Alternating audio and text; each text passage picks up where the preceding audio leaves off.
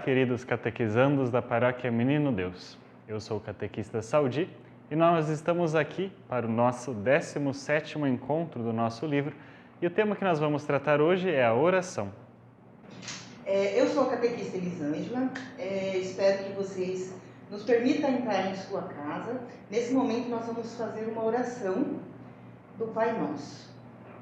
Em nome do Pai, do Filho e do Espírito Santo. Amém. Pai nosso que estais no céu, santificado seja o vosso nome.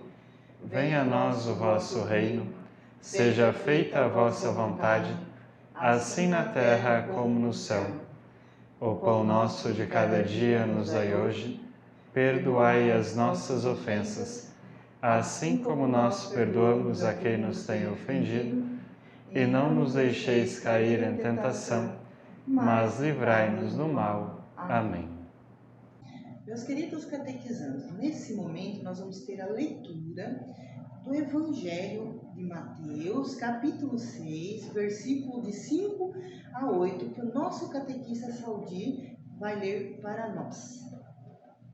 Leitura do Evangelho de Mateus.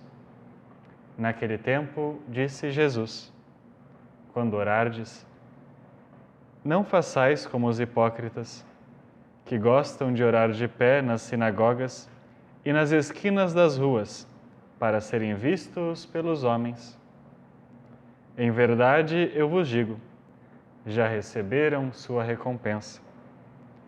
Quando orardes, entra no teu quarto, fecha a porta e ora ao teu Pai em segredo. E teu Pai, que vê num lugar oculto, te recompensará. Nas vossas orações, não multipliqueis as palavras, como fazem os pagãos, que julgam que serão ouvidos à força de palavras. Não os imiteis, porque vosso Pai sabe o que vos é necessário, antes que vós lhe o peçais. Palavra da salvação. Glória a vós, Senhor. Queridos catequizandos, o Evangelho que nós acabamos de ler nos fala sobre a oração. Jesus está nos dando alguns conselhos bem práticos para que nós os sigamos e assim rezemos melhor. Em primeiro lugar, ele está nos ensinando a rezar com humildade, a rezar não querendo agradar os outros homens, ou seja, rezar para que os outros vejam que eu sou piedoso e comecem a me admirar. Não. Jesus está nos ensinando que a nossa oração não deve ser feita para agradar os homens, mas para agradar a Ele. Deus é a finalidade da nossa oração, se encontrar com Ele, aprender a amá-lo. E, portanto, Ele nos dá ali esse conselho. Quando fordes orardes, entra no teu quarto, fecha a porta e ora em segredo. Com isso, Ele está nos ensinando a humildade. Ninguém precisa saber sobre a minha vida espiritual, sobre como eu rezo. Basta que Deus conheça a intimidade do meu coração. Mas pegando um aprofundamento ainda sobre essas palavras, entrar no teu quarto para rezar significa também entrar nas profundezas de nós mesmos para se encontrar com Deus que habita dentro de nós. E sobre isso, algo que foi vivido por Santa Teresa d'Ávila e que é muito interessante. Santa Teresa d'Ávila, ela conviveu com várias carmelitas. E essas carmelitas queriam aprender com Teresa d'Ávila como rezar, porque elas viam que Santa Teresa d'Ávila havia, de fato, crescido muito na vida de oração e tinha orações muito profundas com Deus. E elas pediam para que Santa Teresa d'Ávila explicasse como rezar bem. E Santa Teresa d'Ávila não sabia muito o que escrever como um conselho a deixar para essas religiosas. Mas ela teve um sonho onde Deus iluminou ela sobre como é a alma humana e sobre como há esse contato íntimo com Deus em nós. E ela viu a alma humana nesse sonho como um castelo de cristal, um castelo transparente de cristal. Esse magnífico castelo de cristal, ele era todo iluminado. Era iluminado, mas não por lâmpadas. Era iluminado pela luz de um rei que habitava o interior desse castelo. Com isso, ela estava vendo a alma do homem iluminada pela graça divina que emana do próprio Deus que habita dentro de nós. Ele deve ser o rei do nosso coração. Ela estava ali vendo a alma de uma pessoa na graça de Deus. A alma de uma pessoa que se deixou agir, que deixou ser transformada pela ação de Deus e que recebe toda essa iluminação. E Santa Teresa d'Ávila dizia então que fora desse castelo havia trevas e muitas feras que tentavam entrar nesse castelo. Mas graças a esse rei e à luz que dele emanava, essas trevas não entravam. E então, aquela pessoa, ela ia entrando cada vez mais para dentro de si mesma e estava conhecendo mais quem ela era em sua verdade e quem era Deus que habitava dentro dela e se comunicava. Por isso, Santa Teresa d'Ávila dizia que o homem vai caminhando constantemente nesse aprofundamento com Deus. É como uma trajetória, uma viagem que ele faz para dentro de si mesmo para se encontrar com Deus. E ela dizia que o homem tem vários estágios nesse caminho com Deus. Ela dividiu esse crescimento em 7 moradas, assim ela chamava. Nada mais são do que etapas, onde a pessoa vai crescendo cada vez mais na comunhão com Deus até atingir a santidade. E com isso, Santa Teresa d'Ávila nos iluminou muito sobre a vida de oração, nos ensinando que a oração é esse contato com Deus que é o nosso amigo, que habita dentro de nós, que nos ilumina desde dentro. Voltando agora ao nosso Evangelho, nós vemos que Jesus nos ensina a não multiplicar as palavras, mas a multiplicar o amor no nosso coração. O que isso quer dizer? Naquela época, muitas pessoas ficavam formulando grandes fórmulas de oração muito rebuscadas e achavam que convenceriam Deus a fazer a vontade delas com o seu discurso. Ou seja, é quase como um discurso político. Tanto melhor eu faço o meu discurso, melhor Deus me atende. Era essa um pouco a lógica que eles seguiam. Jesus disse, não multipliqueis as palavras.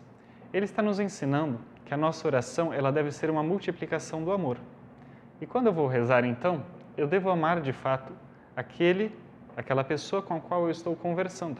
Ou seja, eu devo de fato ter o meu amor por Deus. Por isso, para a minha oração ser bem feita, ela tem que ter algumas qualidades, para ela ser uma oração que realmente me coloque em uma comunhão com Deus. Essa oração, ela deve ser atenta. Eu devo estar pensando no que eu estou falando. Eu devo estar pensando em com quem eu estou falando, ou seja, o próprio Deus. Além disso, ela deve estar cheia de amor. Eu devo, de fato, alimentar o afeto por esse Deus com o qual eu estou dialogando na minha oração. Além disso, eu devo pedir aquilo que é bom, de fato, para mim. São Tiago falava em suas cartas, né? Vós rezais, pedis e não recebeis, porque pedis mal. Muitas vezes nós pedimos coisas que não irão, de fato, nos alimentar. E às vezes damos valor demais a bens materiais que no fundo talvez não sejam o nosso bem. Mas a oração, ela deve atingir aquilo que é mais essencial para o homem. Claro, devemos pedir os bens deste mundo, os bens materiais, o dinheiro, o trabalho, etc., porque tudo isso me ajuda a servir a Deus.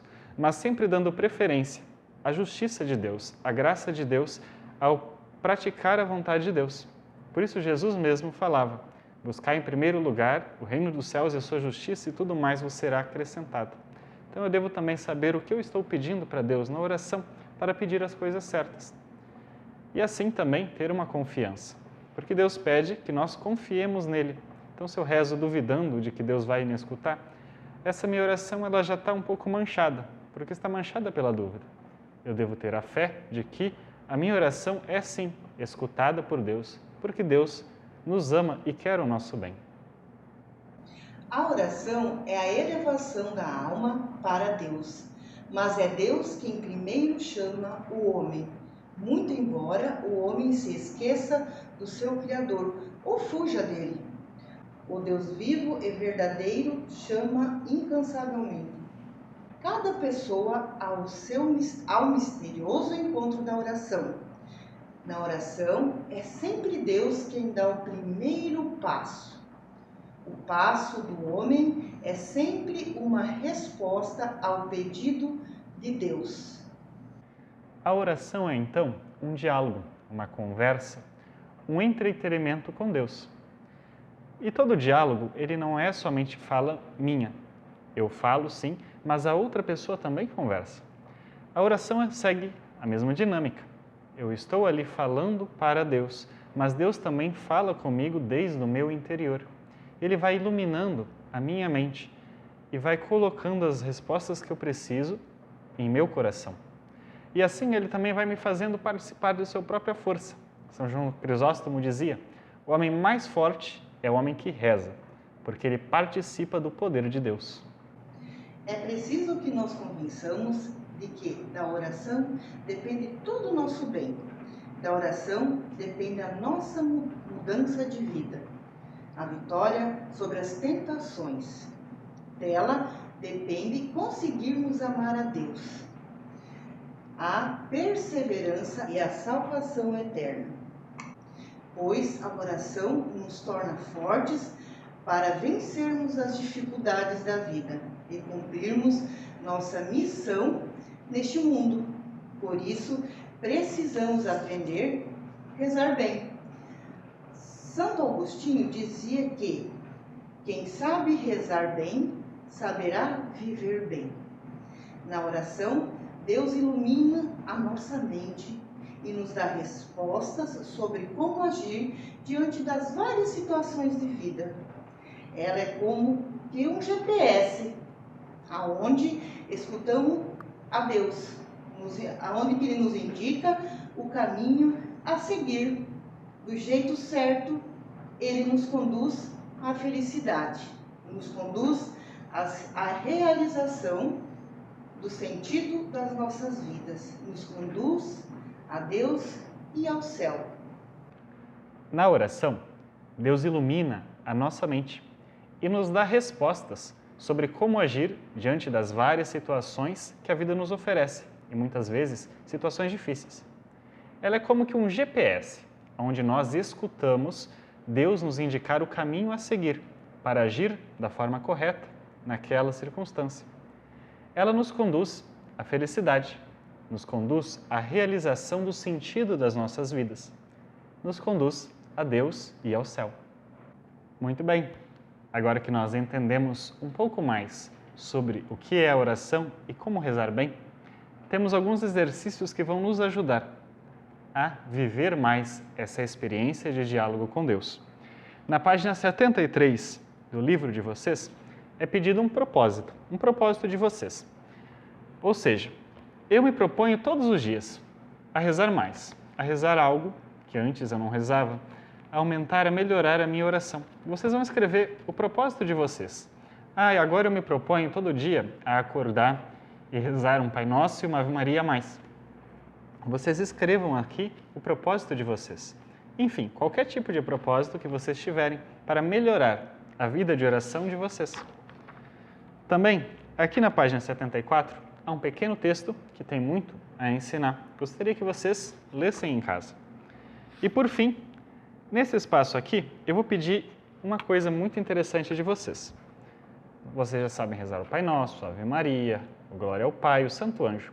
Eu vou pedir para vocês formularem uma oração que é a oração de vocês. A oração que vocês mesmos comporam. A oração que vocês mesmos escreveram. Então pensem um pouco o que você quer falar com Deus nessa oração. Pedindo algo, agradecendo, louvando por tudo, etc. Você que vai escolher o que você quer dizer a Deus. Escreva então essa oração de vocês. Escrevam e depois, de fato, rezem, conversem com Deus a partir dela. Depois de feito isso, tire uma fotinho, manda ali para o catequista de vocês. Queridos catequizandos, nós falamos muito sobre oração. Então chegou o momento de nós rezarmos também, pedindo a Deus que nos auxilie e que nos proteja. E hoje eu trouxe para vocês uma oração muito especial e muito conhecida na história da Igreja. O nome dela é Te Deum, que é uma oração que louva a Deus Criador, a Jesus, nosso Salvador, e o Espírito Santo, nosso Santificador. E é uma oração que tem uma história muito bonita, porque foi muito rezada ao longo da história da Igreja por grandes santos, pelos freis, pelas freiras. E ela tem uma história muito interessante. Durante a Revolução Francesa, houve grande confusão. E entre muitas coisas que aconteceram, houve uma perseguição religiosa. Então, muitos padres, muitas freiras, muitos religiosos foram executados pela sua fé. E em um momento, o pessoal da Revolução acabou aprisionando um grupo de religiosas, querendo forçar essas religiosas a negar a sua fé. E elas, porém, não quiseram. Então elas foram ameaçadas que, se não negassem a sua fé, seriam executadas, seriam decapitadas na guilhotina. Mesmo assim, elas se mantiveram fiéis, fiéis a Deus na sua esperança de que, mesmo que se morressem nesse mundo, se fossem firmes, perseverarem no amor de Deus, iriam ganhar uma outra vida muito melhor. E assim, todas elas acabaram sendo levadas até o local da execução. E antes de serem encaminhadas até a guilhotina, todas elas começaram a cantar juntos, como faziam no mosteiro, essa oração do Te Deum, que nós vamos rezar agora junto com vocês. Em nome do Pai, e do Filho e do Espírito Santo. Amém. A vós, ó Deus, louvamos, a vós, Senhor, cantamos, a vós, eterno Pai, adora toda a terra. A vós cantam os anjos, os céus e seus poderes. Sois santo, santo, santo, Senhor, Deus do universo. Proclamam céus e terra a vossa imensa glória. A vós celebra o coro glorioso dos apóstolos. Vós louva dos profetas, a nobre multidão e o luminoso exército dos vossos santos mártires. A vós por toda a terra proclama a Santa Igreja, ó Pai onipotente de imensa majestade. E adora juntamente o vosso Filho único, Deus vivo e verdadeiro, e ao vosso Santo Espírito. Ó Cristo, Rei da Glória, do Pai eterno Filho, nascestes de uma Virgem a fim de nos salvar. Sofrendo vós a morte, da morte triunfastes, abrindo aos que têm fé, dos céus o reino eterno. Sentastes à direita de Deus do Pai na glória. Nós cremos que de novo vireis como juiz. Portanto, vos pedimos, salvai os vossos servos, que vós, Senhor, remistes, com sangue precioso. Fazei-nos ser contados, Senhor, vos suplicamos, em meio a vossos santos, na vossa eterna glória. Salvai o vosso povo, Senhor, abençoai-o, regei-nos e guardai-nos, até a vida eterna. Amém. Em nome do Pai, do Filho e do Espírito Santo. Amém. Esperamos que vocês tenham gostado do nosso encontro hoje e esperamos vocês para o próximo encontro. Muito obrigado. Até a próxima. Tchau, tchau.